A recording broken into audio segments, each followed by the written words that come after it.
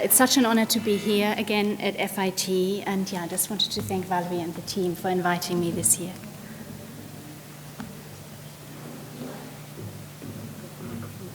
All right, okay, thank you.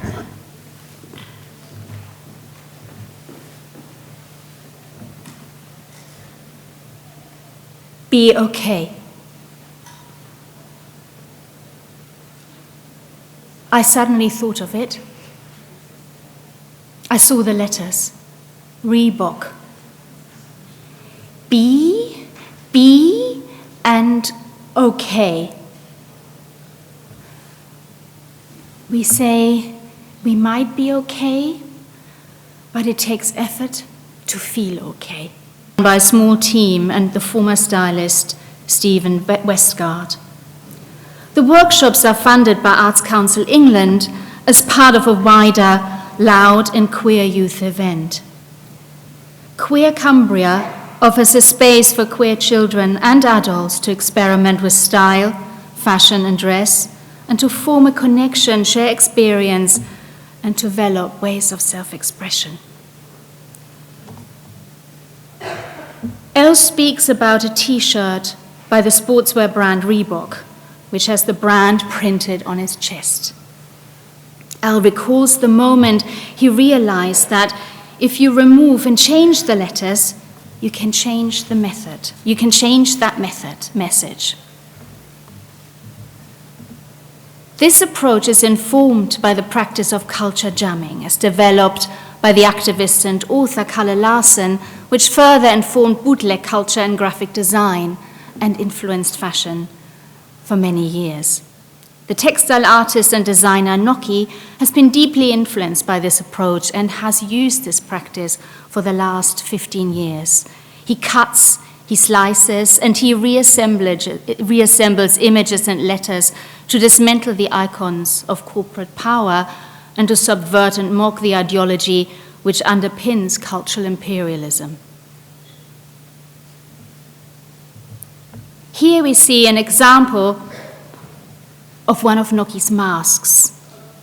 It's a t-shirt worn by him for the cover of Queer Cumbria magazine shot by the British photographer Tim Walker in 2023. We may also think of the approach of culture jamming as symbolic recomposition, a way to further connect acts of rebellion with personal narratives which go beyond a reassemblage of individual components and express something more personal.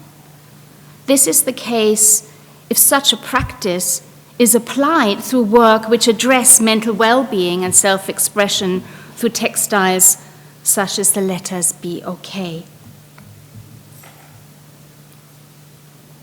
Fashion, and in particular branded fashion, has an impact on mental health. By changing the language and by cutting the material and logos, Noki aims to liberate young kids from the influence of brand culture, evoking a practice which is not just DIY, but promotes world building. Noki acknowledges this and in his own complex relationship with branded fashion and describes himself as a recovering logo addict.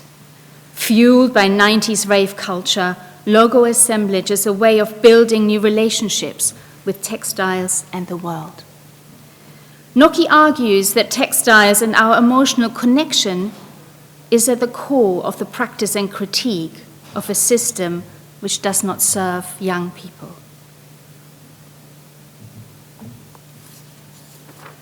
I create patterns of reconstruction out of patterns of mass destruction.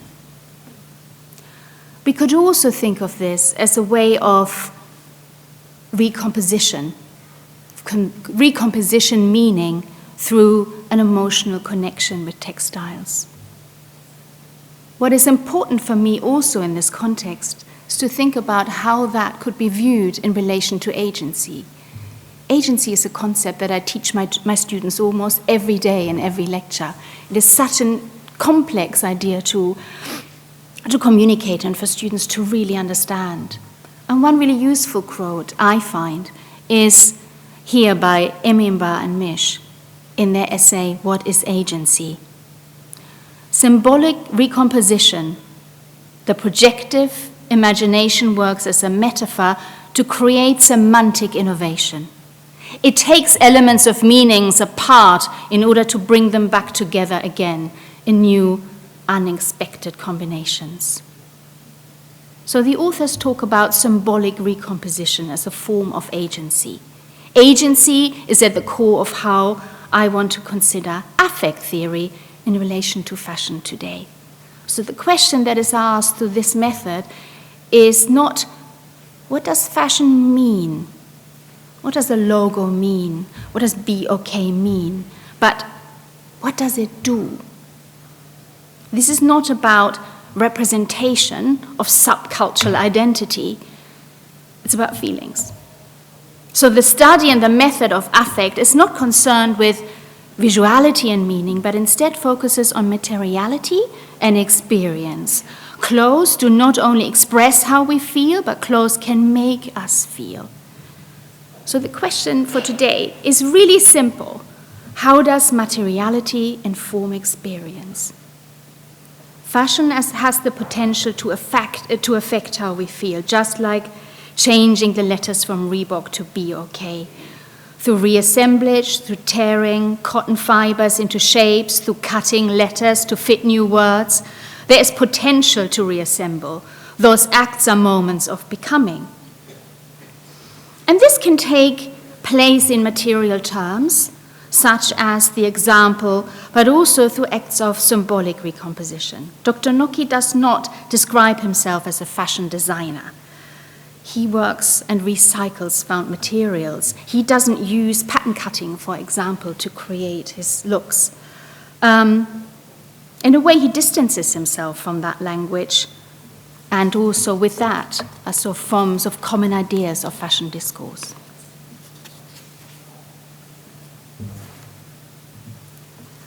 And here I've put together a list of terminology that might be useful when we carry on. So Noki says, a fashion designer, he is a custom builder.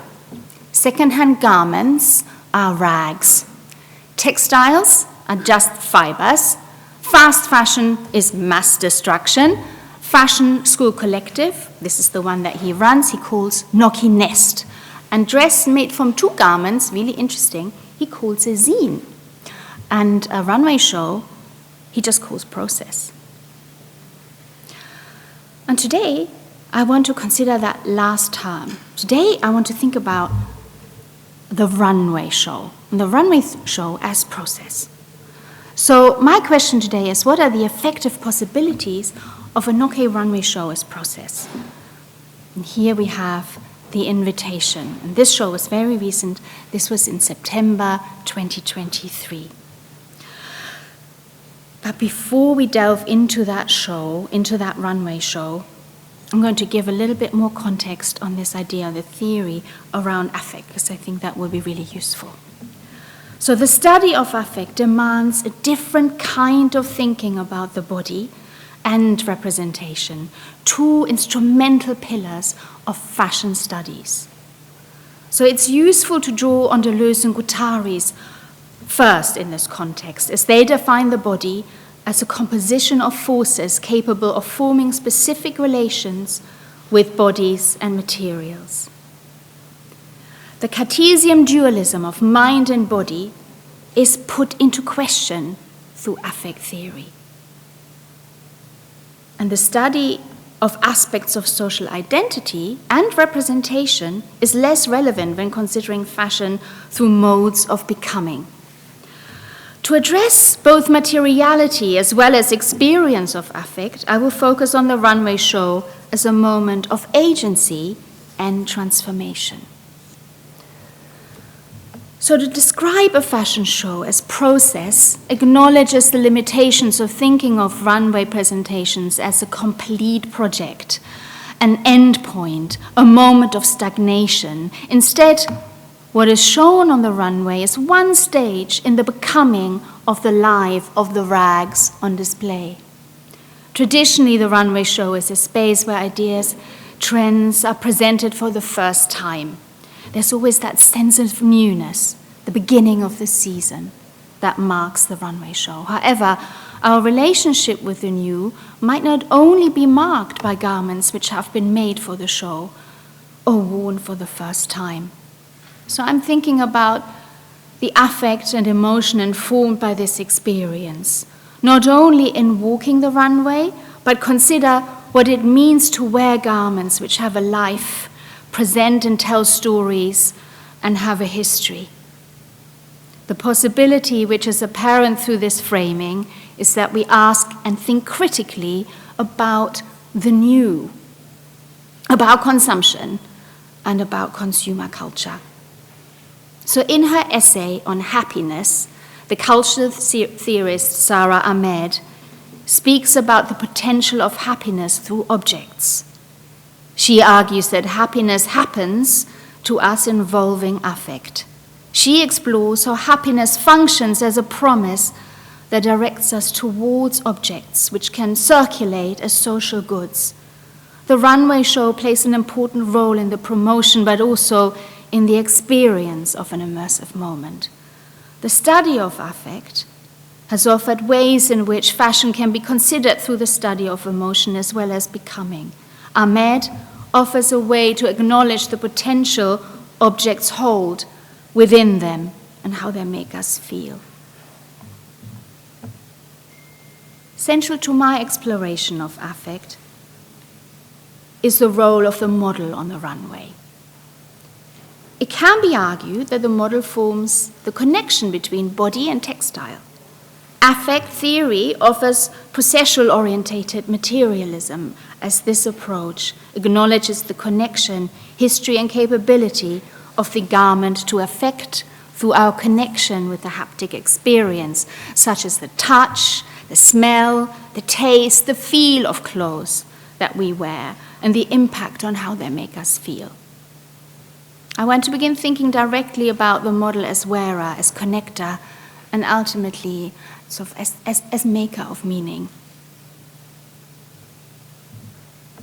Affect on the runway has been explored by architectural theorist Marissa Lindquist, linking atmosphere to the show as event. It's a really interesting article, and she considers the staging of fashion in the context of creative production of haute couture shows. And I'm taking a different approach, as I want to draw on the runway as process, to think about style as being present, or what Ahmed calls the messiness of the experimental. In Lindquist's study on affect on the runway, the model is just one element in the production of the runway. There's space, there's lighting, there's sound, set design, and movement. They're all elements which make up that sort of symbolic production of the runway show and its atmosphere. However, by not acknowledging the model as living, breathing actor, we ignore the capabilities to affect others, as well as affect as a lived experience.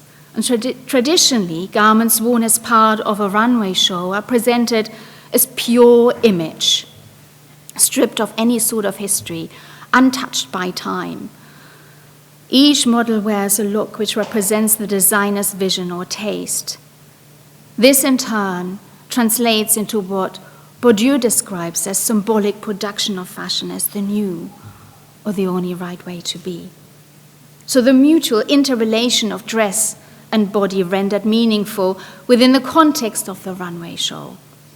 The model's body becomes passive surface, part of materiality of a runway, and just one of the numerous elements such as sound, staging, and lighting.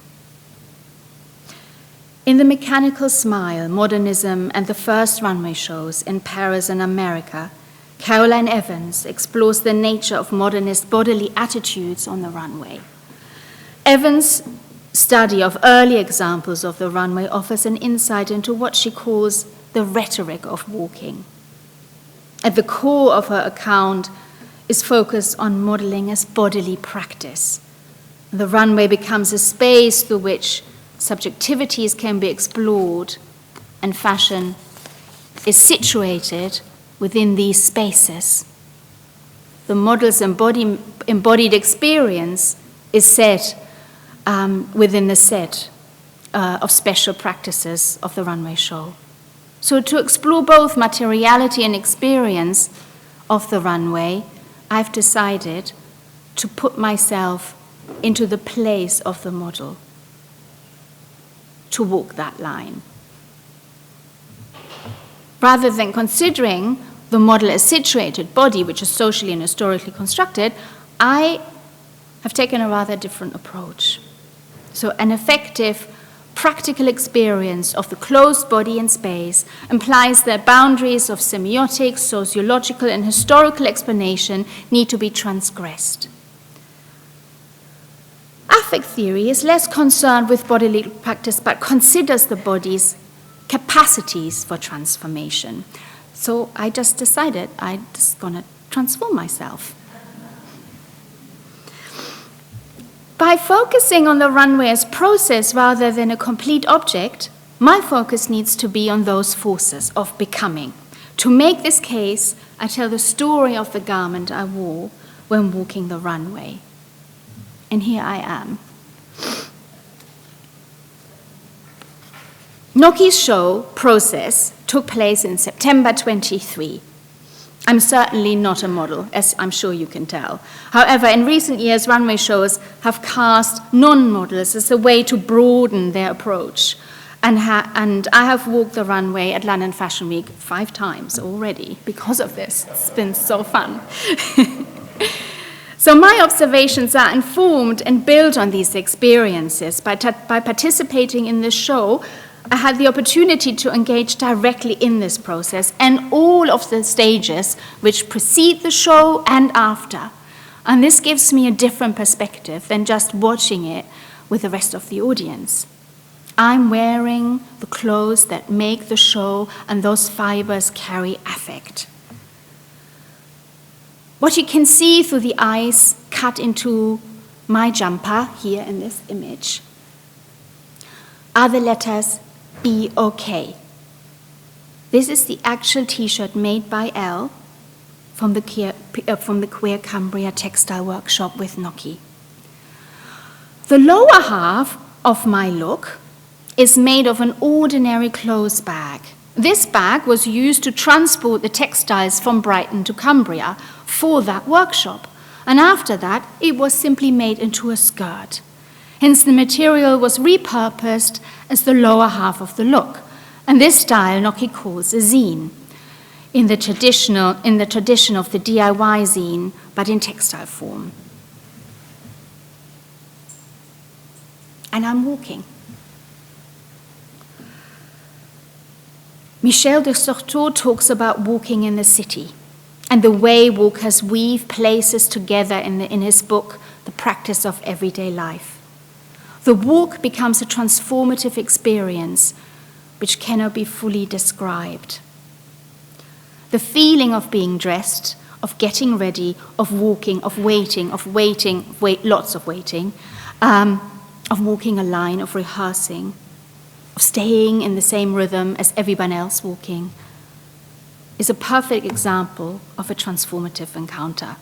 Describing it might not capture the effect it has had on me and all the others walking alongside me. So as a participant observer, I have tried to capture some of the affective atmosphere through visual material to create what in German is called Stimmung. So the images that I will share with you now are not meant to represent fashion, but rather make connections with a transformational element in the flux of practices which make up a runway show. It is not just walking, there are so many other activities, so many other practices involved. I hope that these images give some sense of the capacity for transformation, which is implicit and explicit through the clothes, the moments, the connections, and the repetitions of each element.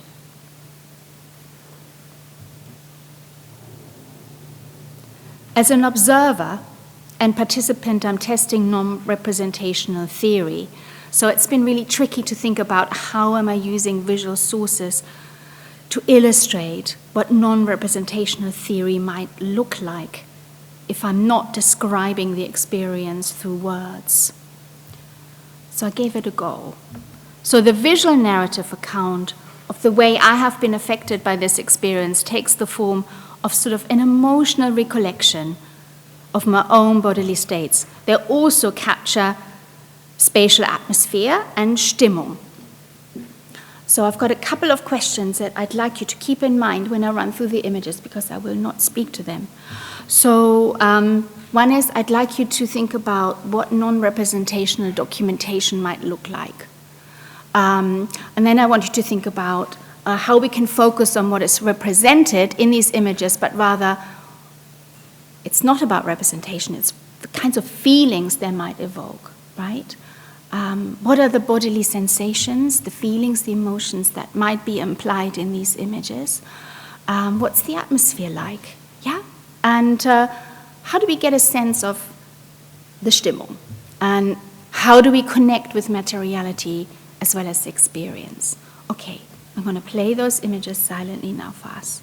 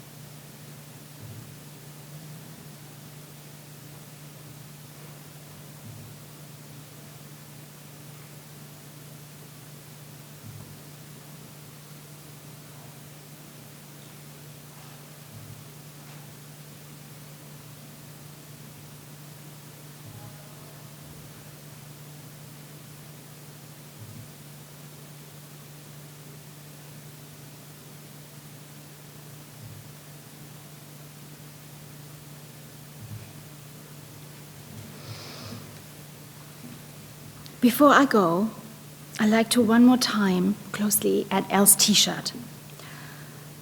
And there's some patches here that you can see, that you can't see because on the runway I wore that knitted jumper and they were covered. So it's only really after I've asked to bring this to you, and when I brought it here, I realized that there's so much more going on with this look that I created.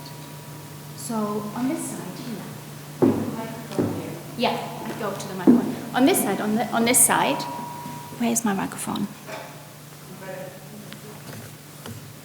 Was there a little one to carry? Here. Ah, perfect. Okay. So on this side,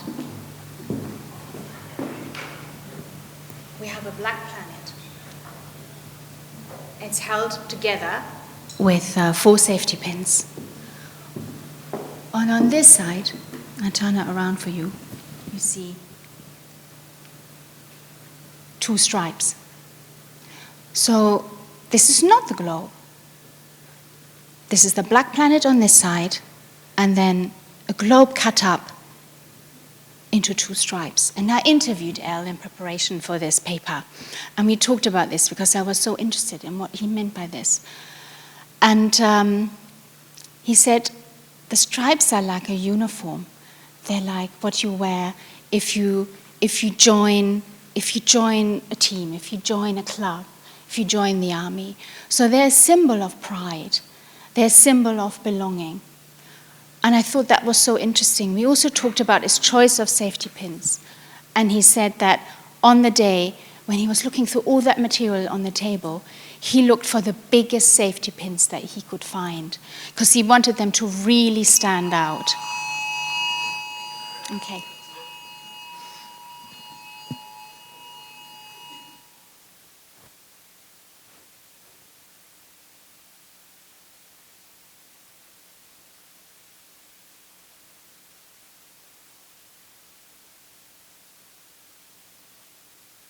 Yes, the earthquake is coming. Okay. Notification that there was an earthquake and that we should stay indoors. We should carry on. Uh-huh. Yeah. Okay. So. Right. We're gonna stay. I'm almost done. Oh my goodness! This is certainly a first for me, giving a lecture during an earthquake. Okay. Right. Okay. Where was I? Safety pins. Elle really loves making patches. Patches are a very important part of how he dresses, especially when he goes out. So he makes these patches, he wears them on his jackets, on his t-shirts all the time, and it's something that feels really special to him. The safety pins are useful, and they're different to the punk safety pin, because he says that it's important that if you feel anxious, or if you don't want this to be visible, that you can take them away again. And in that sense, I feel that they really differ. They are perhaps subcultural, but there's something else going on. And I think these practices are really interesting. What I haven't spoken to you about is the bees. Because I called this paper Be Okay. I didn't call it Be Okay, although the t-shirt is obviously referencing the bees.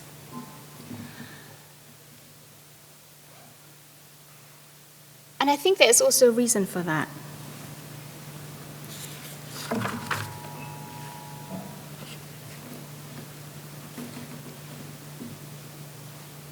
I want to come back to Sarah Ahmed for a minute and talk about perpetual becomings.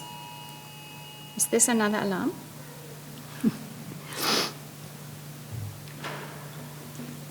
Events in which our bodies transform as a result of encounters with other bodies, which might be human or might be non-human. And that's a really important part of affect theory, to think about human and non-human affect. So Sarah Ahmed has argued in her book on human emotion that affect can be sticky. Affect is sticky. Affect is what sticks or what sustains or preserves the connection between ideas, values, and objects. Affect is sticky, just like honey. So I hope the bees are okay. Thank you.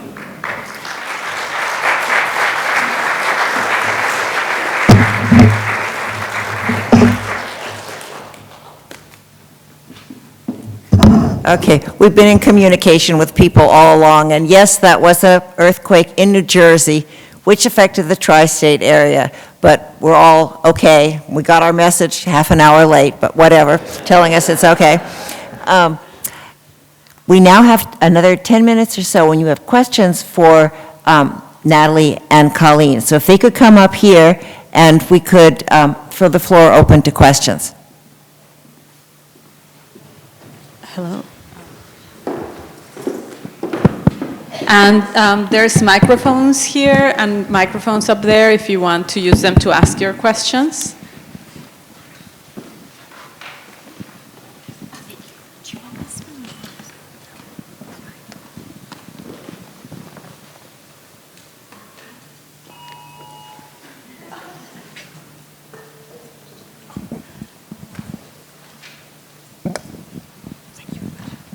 Well, thank you. First of props to Colleen for calmly speaking through the earthquake and not even batting an eyelid.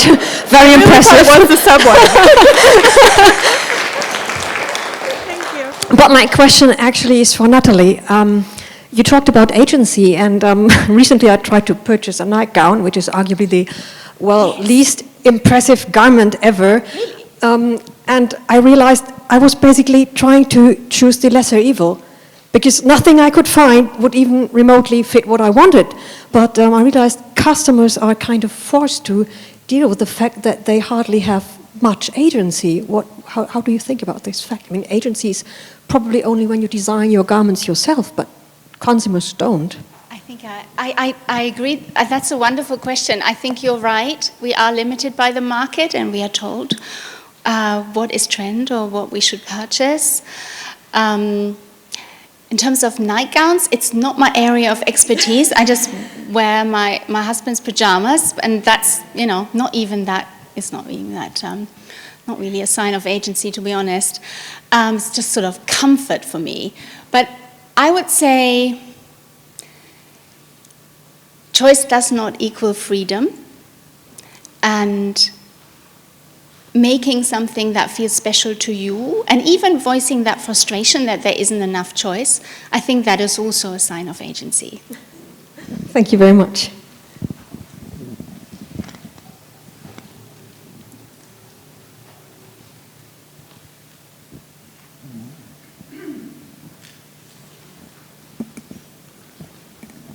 Thank you so much. My question is also for Nathalie. I was really struck by the comparison of kind of an upcycled garment as a zine because of the impact that zines specifically have had on marginalized groups. Yes. So I just wanted to know kind of your thoughts on the connections between recomposition and the marginalized experience. Wonderful. Thank you. I think it is also a sign of how Noki works with language. He speaks very openly about sort of being dyslexic and dyspraxic, and so he makes up words that make sense to him. And it's also that what makes him, I think, a really good brandalist, because he feels that there's a message here. And I have worked with Noki for a long time, and it's really through affect theory that I understand him much better. He sees himself as a sort of a queer club kid. He grew up in Aberdeen in Scotland. He was actually born the same year as me, so he's in his 50s. But he sees himself as a sort of a gay activist. I don't know if you've noticed some of the words on the T-shirts that I shared, and I didn't talk about them, but Adidas is turned into AIDS, for example. And that is a really important message for him, that he sort of associates with that history of growing up in the 1980s and having those associations and being bullied for being gay in a town like Aberdeen. So I think that has informed his work. Does that answer your question? Yeah, thank you.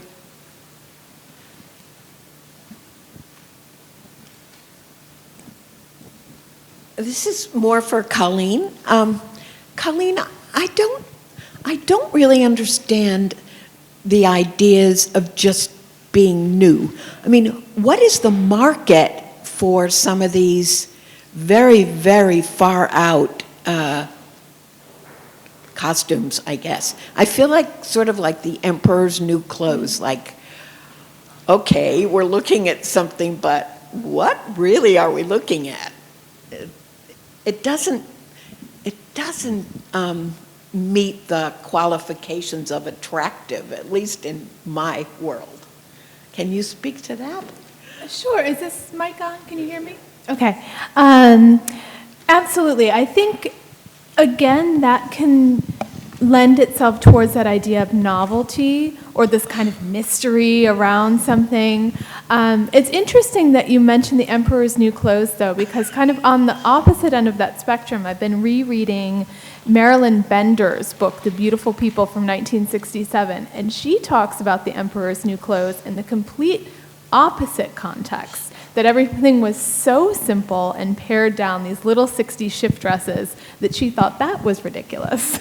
So I think, and if we're kind of thinking about this 180 of fashion, it's an idea to really draw attention to the brand, to express creativity, to get people to question what this is. I think that's actually really important, and in many ways as important as wearability. Okay.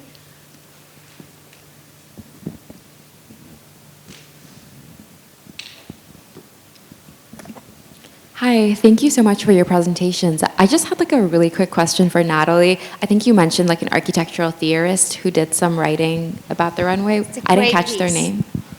Oh, her name, Lindquist. Thank you. It's called Affect on the Runway, and it's in a book called Spatial. Thank you. Hi, thank you guys so much. This is also a question for Nathalie. I was really struck by your use of kind of the images as a medium of describing your affective experience. And the runway is can be such an inaccessible medium for the viewer. There's, the experience of being there in the room. There's the experience of kind of the Vogue Runway app. And I'm really curious about the way affect plays into medium, just in your own use of kind of describing this show to us without words.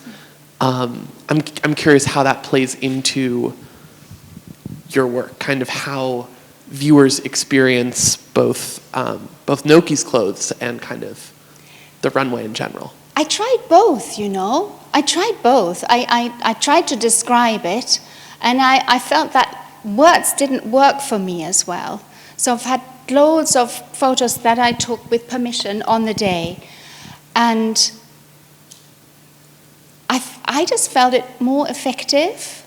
And I think it's also perhaps a way of making us think differently about images and representation. And because affect theory is asking us to do that, I thought I'd push it a little bit further and actually use images to test if that's possible. So I'm still testing it, but I felt that perhaps this, for me, was the better way of experimenting with how it could be described. And I could have just talked about the excitement of walking towards the light and being nervous about tripping and trying in rhythm with the person in front of me, but I don't think the words would have captured it in the same way. So that's why I tried it this way. I love it. Thank you.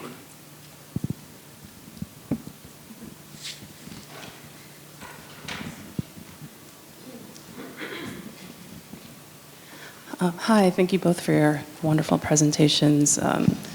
I have a question for Colleen. So with museum studies and museum exhibitions in particular, I've been seeing that we're entering a new paradigm of cultural appreciation.